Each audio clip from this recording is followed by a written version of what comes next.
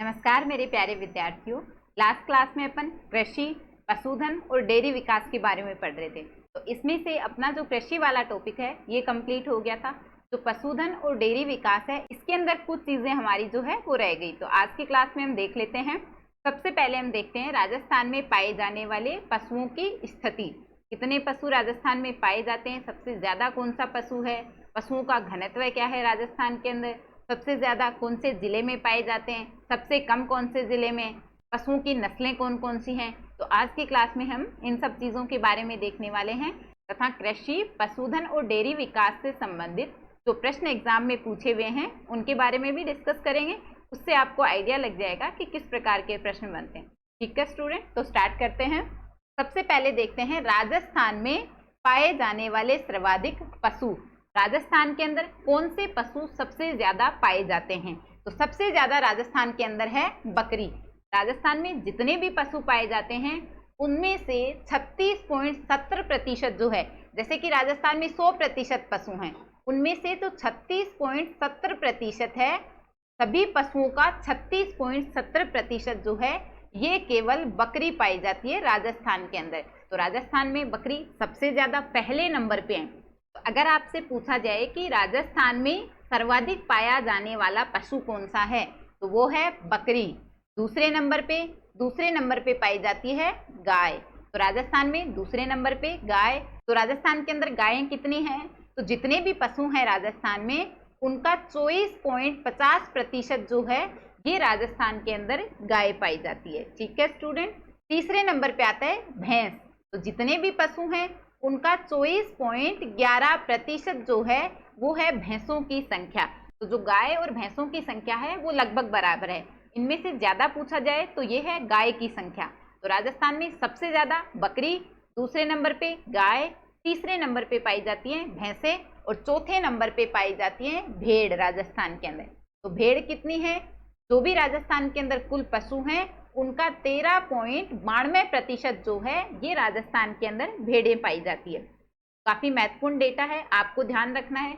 तो ये जो डेटा है, ये जो नई पशु गणना, जो नवीनतम पशु गणना है, 20वीं पशु गणना जो कि 2019 में आई थी, तो उसके अनुसार ये डेटा है। तो ये सारी चीजें आपको ध्यान रखनी है। ठीक है स्टूडेंट, आगे देखते हैं राजस्थान में पशु घनत्व। तो अगर आपसे पूछा जाए कि राजस्थान का पशु घनत्व कितना है, तो वो तो है 166। कितना है राजस्थान का पशु घनत्व? तो ये है 166। लेकिन अगर आपसे पूछा जाए कि सबसे ज्यादा पशु घनत्व कौन से जिले में है और सबसे कम पशु घनत्व कौन से जिलों में है, तो सर्वाधिक 4 जिले तथा जो न्यूनतम 4 जिले हैं ये आपको पता होना चाहिए। तो अगर हम सर्वाधिक बात करें कि सर्वाधिक पशु घनत्व राजस्थान के अंदर कौन से जिले में है, तो सबसे ज्यादा पशु घनत्व है डूंगरपुर के अंदर। उससे कम यानी दूसरे नंबर पे पशु घनत्व है बांसवाड़ा के अंदर, तीसरे नंबर पे दौसा में और चौथे नंबर पे आता है जयपुर के अंदर। और सबसे कम पशु घनत्व की अगर बात की जाए राजस्थान के अंदर, तो सबसे कम पशु घनत्व है, पशुओं का जो घनत्व है ये सबसे कम है जैसलमेर जिले के अंदर। दूसरा सबसे कम है बीकानेर के अंदर, इससे थोड़ा ज्यादा है यानी तीसरा सबसे कम 12 के अंदर और चौथा सबसे कम है चूरू के अंदर। तो ये 4 जिले जिनमें सर्वाधिक पशु घनत्व है और 4 जिले जिनका कि न्यूनतम पशु घनत्व है, ये आपको ध्यान रखना है। सर्वाधिक वाले कौन कौन से हैं? सबसे ज्यादा 1 नंबर पे डूंगरपुर में सर्वाधिक पशु घनत्व है राजस्थान के अंदर, दूसरे नंबर पे बांसवाड़ा, तीसरे नंबर पे दौसा में और चौथे नंबर पे आता है जयपुर जिला। सबसे कम अगर आपसे पूछा जाए सबसे कम पशु घनत्व राजस्थान के अंदर कौन से जिले का है, तो ये है जैसलमेर जिले का सबसे कम पशु घनत्व है और सबसे ज्यादा डूंगरपुर का। तो ये आपको ध्यान रखने हैं। आगे देखते हैं सर्वाधिक बढ़ोतरी वाले पशु। इसका मतलब ऐसे पशु जिनकी संख्या में जो 19वीं पशु गणना है उसकी तुलना में जो 20वीं पशु गणना है उसमें वृद्धि हुई है। तो ऐसे कौन कौन से पशु हैं राजस्थान के अंदर जिनमें वृद्धि हुई है? तो सबसे ज्यादा वृद्धि हुई है भैंसों की संख्या में। 19वीं जो पशु गणना है उसकी तुलना में जो 20वीं पशु गणना थी उसमें सबसे ज्यादा वृद्धि हुई है भैंसों की संख्या में। तो यह आपको ध्यान रखना है। और दूसरे नंबर पे हुई है गायों की संख्या में। तो सबसे ज्यादा भैंसों की संख्या में वृद्धि हुई है और दूसरे नंबर पे हुई है गायों की संख्या में। अगर संख्या के आधार पे देखें तो सबसे ज्यादा भैंसों की संख्या में और दूसरे नंबर पे गायों की संख्या में। और अगर प्रतिशत के आधार पे देखें तो प्रतिशत के आधार पे भी सबसे ज्यादा वृद्धि हुई है भैंसों में। कितनी हुई है पिछली पशु गणना की तुलना में? तो ये हुई है 5.53% की वृद्धि हुई है भैंसों की संख्या में राजस्थान के अंदर। और गायों की संख्या में कितनी हुई है? तो ये हुई है 4.41% की वृद्धि हुई है गायों की संख्या में 20वीं जो पशु गणना है उसमें 19वीं पशु गणना की तुलना में। अब हम देखते हैं राजस्थान में पशुओं की नस्लें, कौन कौन सी नस्ल के जो पशु हैं ये राजस्थान में पाए जाते हैं। तो राजस्थान में पशुओं की नस्लें, कौन कौन सी नस्ल के पशु राजस्थान के अंदर हैं? सबसे पहले हम देखते हैं बकरी की नस्लें। राजस्थान के अंदर सबसे ज्यादा बकरी पाई जाती है, तो सबसे पहले बकरी की देख लेते हैं। अगर हम बात करें कि बकरी जो है वो सबसे ज्यादा कौन से जिले में पाई जाती है, तो सबसे ज्यादा बकरियां हैं बाड़मेर के अंदर और सबसे कम बकरियां हैं धौलपुर के अंदर, जो कि सबसे छोटा जिला है। तो सबसे ज्यादा बकरियां कहाँ पे हैं? बाड़मेर के अंदर हैं और सबसे कम बकरियां हैं धौलपुर के अंदर।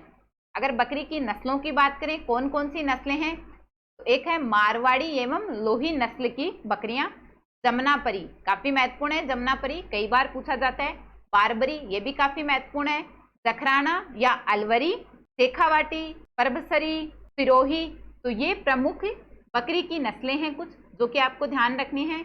कौन कौन सी हैं? मारवाड़ी एवं लोही बकरी, जमनापरी बकरी, बारबरी बकरी, जखराना बकरी, अलवरी बकरी, शेखावाटी, परबसरी और एक सिरोही बकरी। तो सिरोही बकरी की नस्ल का नाम है। तो जो सबसे अच्छी नस्ल की बकरियां हैं ये पाई जाती है नागौर के अंदर, एक गांव पड़ता है वरुण गांव। तो नागौर का जो गांव है वरुण गांव, यहाँ की बकरियां सबसे अच्छी नस्ल की बकरियां हैं। अगली है गाय की नस्लें। तो गाय की नस्लें कौन कौन सी हैं? उससे पहले देखते हैं कि सबसे ज्यादा गाय कौन से जिले में हैं। तो सबसे ज्यादा गाय हैं बीकानेर और जोधपुर जिले के अंदर और सबसे कम धौलपुर के अंदर। बकरियां भी सबसे कम थी धौलपुर के अंदर और जो गाय है ये भी सबसे कम कहाँ पे है? धौलपुर के अंदर। गाय की कौन कौन सी नस्लें होती हैं? तो एक है राठी नस्ल, काफी प्रसिद्ध नस्ल है गाय की जो राठी नस्ल है। थारपारकर ये भी गाय की नस्ल है, कई बार पूछा जाता है। तो राठी, थारपारकर और गिर ये काफी प्रसिद्ध नस्लें हैं गाय की, कई बार इनसे प्रश्न बन जाता है। नागौर, कांकरेज, मेवाती, सांचौरी, हरियाणवी, तो ये सारी की सारी गाय की नस्लें हैं। अगली है भैंस की नस्लें। भैंसें सबसे ज्यादा कौन से जिले के अंदर हैं? ये हैं जयपुर जिले के अंदर। तो जयपुर में सबसे ज्यादा भैंसें पाई जाती हैं। तो पूरे जयपुर जिले की बात हो रही है यहाँ पे, केवल जयपुर सिटी की बात नहीं हो रही, पूरे जयपुर जिले के अंदर। तो सबसे ज्यादा भैंसें हैं जयपुर जिले में और सबसे कम भैंसें हैं जैसलमेर जिले के अंदर।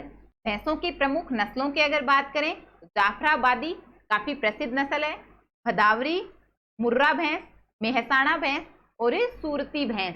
तो ये भैंस की कुछ प्रमुख नस्लें हैं जो कि आपको ध्यान रखनी है। अगली है भेड़। तो भेड़ सबसे ज्यादा कौन से जिले में पाई जाती है? तो भेड़ सबसे ज्यादा पाई जाती है बाड़मेर के अंदर और सबसे कम बांसवाड़ा के अंदर। भेड़ की प्रमुख नस्लों की बात करें तो जैसलमेरी भेड़ होती है, नाली भेड़ होती है, ये हमने पहले भी देखा था, मारवाड़ी भेड़ होती है, सोकला भेड़ होती है, मगरा भेड़ होती है, मालपुरी भेड़ होती है, सोनाड़ी या चनौथर भेड़ होती है और ये खेरी भी जो है ये भेड़ की नस्ल है। तो ये कुछ प्रमुख भेड़ की नस्लें हैं। अगला है ऊंट। ऊंट सबसे ज्यादा जैसलमेर के अंदर, सबसे कम प्रतापगढ़ के अंदर। ऊंट की प्रमुख नस्लें कौन कौन सी हैं? नाचना, तो ऊंट नाचता है तो इसकी एक क्या होगी? नाचना इसकी नस्ल का नाम है। बीकानेरी, बीकानेर के ऊंट प्रसिद्ध हैं तो बीकानेरी ऊंट की नस्ल हो गई। जैसलमेरी सबसे ज्यादा जैसलमेर में पाए जाते हैं। जोधपुरी, अलवरी, तीन तो जिलों के नाम से हैं, जैसलमेरी, जोधपुरी और अलवरी। गोमट ये भी ऊंट की नस्ल है। सिंधी, कच्छी, मेवाती, केरूपाल, तो ये सारी की सारी ऊंट की प्रमुख नस्लें हैं जो कि राजस्थान के अंदर पाई जाती हैं।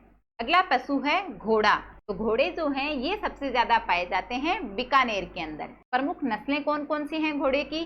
तो मालानी नस्ल का घोड़ा सबसे प्रसिद्ध होता है, मालानी नस्ल का घोड़ा। मारवाड़ी घोड़ा, काठियावाड़ी घोड़ा, तो ये घोड़े की कुछ प्रमुख नस्लें हैं जो कि आपको ध्यान रखनी है। तो पशुओं की नस्लों से कई बार प्रश्न पूछ लिए जाते हैं। राजस्थान के हर एग्जाम के अंदर पशुओं की नस्लों से संबंधित कोई ना कोई प्रश्न जो है वो जरूर मिल जाता है, तो इसलिए आपको ध्यान रखना है, काफी महत्वपूर्ण है। अब हम देखते हैं राजस्थान के अंदर कुछ प्रमुख पशु मेले भी भरे जाते हैं। तो कौन कौन से पशु मेले हैं, कहाँ कहाँ पे ये जो मेले हैं ये भरे जाते हैं, तो इनसे भी प्रश्न पूछे जाते हैं, आपको ध्यान रखना है। तो राजस्थान के प्रमुख पशु मेले कौन कौन से हैं? तेजाजी पशु मेला कहाँ पे लगता है? ये लगता है नागौर के परबतसर के अंदर। तो नागौर के अंदर पशुओं के जो मेले हैं सबसे ज्यादा लगते हैं। तो राजस्थान के अंदर सबसे ज्यादा पशु मेले कहाँ पे लगते हैं? तो सबसे ज्यादा पशु मेले लगते हैं नागौर के अंदर। तो राजस्थान के नागौर के अंदर सर्वाधिक जो पशु मेले हैं ये भरे जाते हैं। तो आपको ध्यान रखना है, सर्वाधिक पशु मेले राजस्थान के अंदर कहाँ भरते हैं? तो ये भरे जाते हैं नागौर के अंदर, ठीक है। तो तेजाजी पशु मेला है, ये कहाँ पे लगता है? नागौर के परबतसर के अंदर।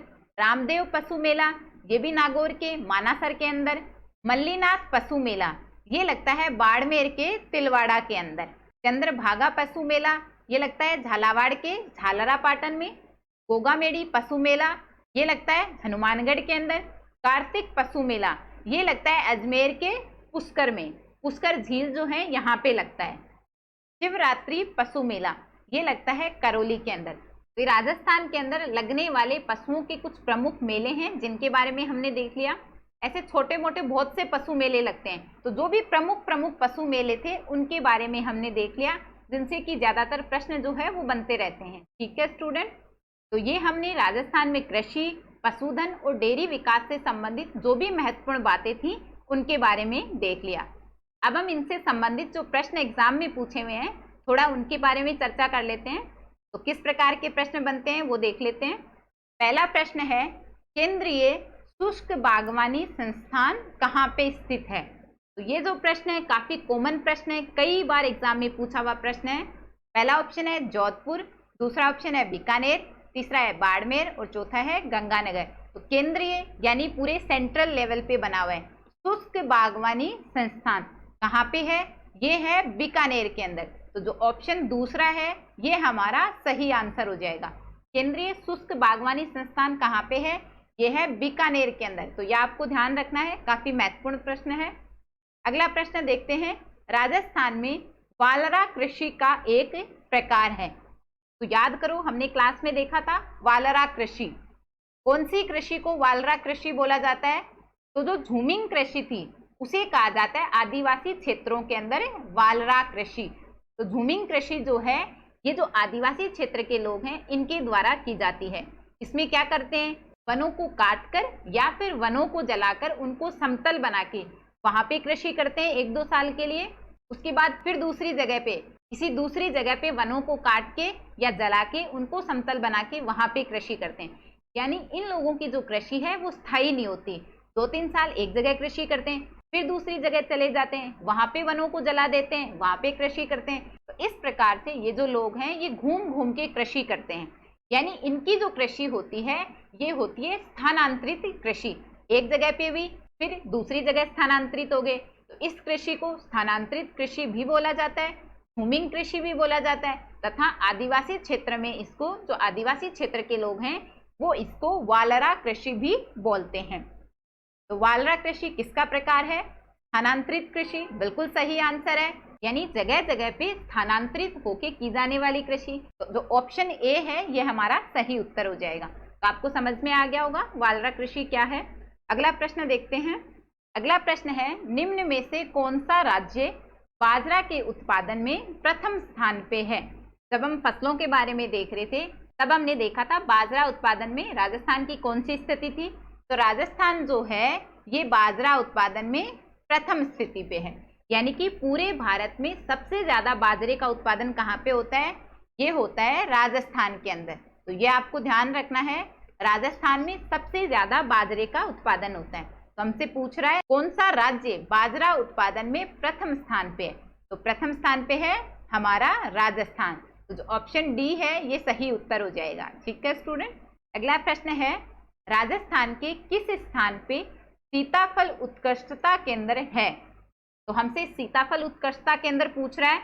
हमने राजस्थान में कुछ प्रमुख जो उत्कृष्टता केंद्र हैं उनके बारे में देखा था। सीताफल का उत्कृष्टता केंद्र कहाँ पे है? ये है चित्तौड़गढ़ के अंदर। तो ये आपको ध्यान रखना है। तो उत्तर क्या हो जाएगा? जो ऑप्शन ए है ये हमारा सही उत्तर हो जाएगा। अगला प्रश्न देखते हैं। अगला प्रश्न है, बीकानेरी, नरमा एवं मालवी कौन सी फसल की किस्में हैं? तो प्रमुख फसल की किस्मों के बारे में हमसे पूछ रहा है। यहाँ पे कौन कौन सी किस्में दे रखे हैं? बीकानेरी किस्म, नरमा किस्म और मालवी किस्म जो है, ये कौन सी फसल की प्रमुख किस्में हैं? तो हमने देखा था क्लास के अंदर, जो बीकानेरी और नरमा किस्में हैं तो ये हैं कपास की प्रमुख किस्में। तो ये आपको ध्यान रखना है, बीकानेरी, नरमा और मालवी जो किस्म है ये भी कपास की प्रमुख किस्म है। तो जब हम क्वेश्चंस की प्रैक्टिस करते हैं तब हमें नई नई चीजें और पता चलती है और क्वेश्चन सॉल्व करने से चीजें ज्यादा याद रहती हैं। इसीलिए मैं बोलती हूँ कि ज्यादा से ज्यादा क्वेश्चंस की प्रैक्टिस करो, उनसे हमें नई नई चीजें सीखने को मिलती हैं और जो चीजें हैं वो ज्यादा याद रहती हैं। ठीक है स्टूडेंट, तो इसमें हमारा उत्तर क्या हो जाएगा? जो ऑप्शन बी है कपास, ये हमारा सही उत्तर हो जाएगा। तो आपको ध्यान रखना है, बीकानेरी किस्म, नरमा किस्म और मालवी किस्म जो है ये कपास की प्रमुख किस्में होती हैं। अगला प्रश्न देखते हैं। अगला प्रश्न है, सुमेलित कीजिए। तो एक तरफ हमें फसलें दे रखी हैं और एक तरफ दे रखे हैं फसलों की किस्में, तो इनका मिलान करना है, कौन सी फसल की कौन सी किस्म है। तो फसलें कौन कौन सी दे रखी हैं? गेहूं, जौ, बाजरा और मक्का, और ये हमें कुछ प्रमुख जो किस्में हैं वो दे रखे हैं। तो इनमें से देखो माही, कंचन, ये हमारा पढ़ा हुआ है, बाकी हमने नहीं देखा अभी तक कौन सी फसलों की किस्में हैं, लेकिन जो माही कंचन है ये हमने देखा है। किसकी किस्म है माही कंचन? ये है मक्का की, ये हमने क्लास में देखा था। मक्का की किस्म है माही कंचन। तो मक्का कहाँ पे है? डी नंबर पे है मक्का, यानी मक्का का मिलान होगा 1 नंबर से। तो डी के अंदर आएगा 1। डी के अंदर 1 कहाँ पे है? देखो डी में 1 है केवल एक ऑप्शन में, केवल इसी ऑप्शन में। ये नहीं होगा, ये नहीं होगा, ये नहीं होगा। तो यहाँ पे हमें केवल एक फसल की जो किस्म है वो पता है और उसी से हमारा आंसर हो गया। तो ये सेम एज इट इज आया हुआ क्वेश्चन है। तो इस प्रकार के जो प्रश्न होते हैं इससे हमें फायदा भी मिलता है। अगर आपको एक चीज पता है तब भी हम पूरा क्वेश्चन कर सकते हैं। तो बाकी किस्में देख लेते हैं। गेहूं की कौन सी है? गेहूं की है राज 3077, यानी जो राज 3070 है ये किसकी प्रमुख किस्म है? ये है गेहूं की। तो ये आपको ध्यान रखना है, गेहूं की प्रमुख किस्म है। जो की है आरडी 2035। तो आरडी 2035 ये है जो की प्रमुख किस्म। बाजरे की है आरएचबी 30। आरएचबी 30 किसकी है? ये है बाजरे की। तो गेहूं की हो गई राज 3077, गेहूं की प्रमुख किस्म का नाम है। जो की है आरडी 2035, बाजरे की है आरएचबी 30 और मक्का की है माही कंचन। तो ये सारी की सारी प्रमुख किस्में जो हैं ये आपको ध्यान रखनी है। कौन से ऑप्शन में है? पहले ऑप्शन के अंदर है। तो हमारा सही उत्तर क्या हो जाएगा? जो ऑप्शन 1 है ये हमारा सही उत्तर हो जाएगा। अगला प्रश्न देखते हैं। अगला प्रश्न है, 20वीं पशु गणना के अनुसार राजस्थान में पशुओं की संख्या कितनी है? तो ये हमने क्लास में देखा था। 20वीं पशु गणना के अनुसार कितनी है राजस्थान में पशुओं की संख्या? ऑप्शन ए दे रखा है 337.35 लाख, तो ये भी नहीं थी। सेकंड ऑप्शन है 567.76 लाख, तीसरा ऑप्शन है 425.52 लाख और चौथा ऑप्शन है 626.71 लाख।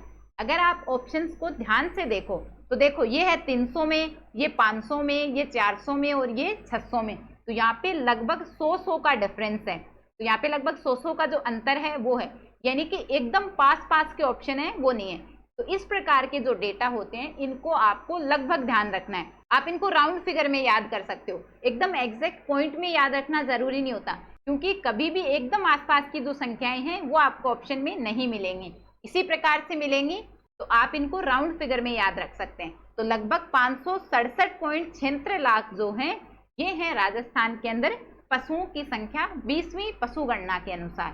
तो कहीं पे आपको 2-4 नंबर ऊपर नीचे मिल सकता है इसमें, तो आपको लगभग याद रखना है लगभग 567 लाख जो है ये राजस्थान के अंदर पशुओं की संख्या है। तो कहीं पे आपको 565 लाख भी लिखा हुआ मिल सकता है, कहीं पे 566 लाख भी मिल सकता है, तो इससे घबराना नहीं है। तो इस प्रकार के जो डेटा है एकदम क्लोजली कभी नहीं पूछे जाते, इनके ऑप्शंस में ज्यादा अंतर होता है। ठीक है स्टूडेंट, तो इसमें हमारा सही उत्तर क्या हो जाएगा? जो ऑप्शन सेकंड है ये हमारा सही उत्तर हो जाएगा।